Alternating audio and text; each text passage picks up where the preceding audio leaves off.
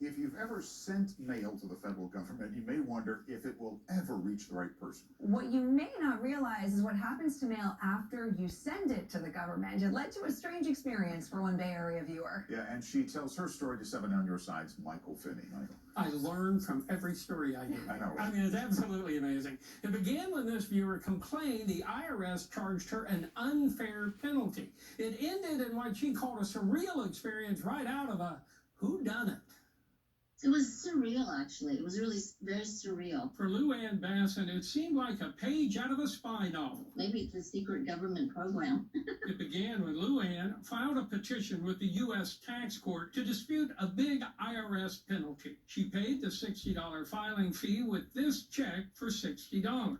But a couple of weeks later, the court sent the check right back to her. And to her amazement, it was totally blank. All the ink on her check had disappeared. My first thought was, oh my God, I sent the check and I forgot to fill it out. But she didn't forget. The tax court notice says the mail had been irradiated, zapped with radiation, and that caused the ink on her check to disappear. I cannot believe this. Irradiated? I've never heard of any such thing. It's like something from a sci-fi movie. Here's a copy of her original check, and here's what it looks like now. Everything she had written, gone, except for a faint shadow you might be able to see. If I tilt it just right, I can barely make out clerk, United States Tax Court. The notice from the court said Lou Ann had to find a pen that resists irradiation and write another check. A pen resistant to irradiation? What is that? She went online and found these pens with radiated ink, but the cost? $254 for a pack of 100. I'm not going to go buy a special pen just to write one check.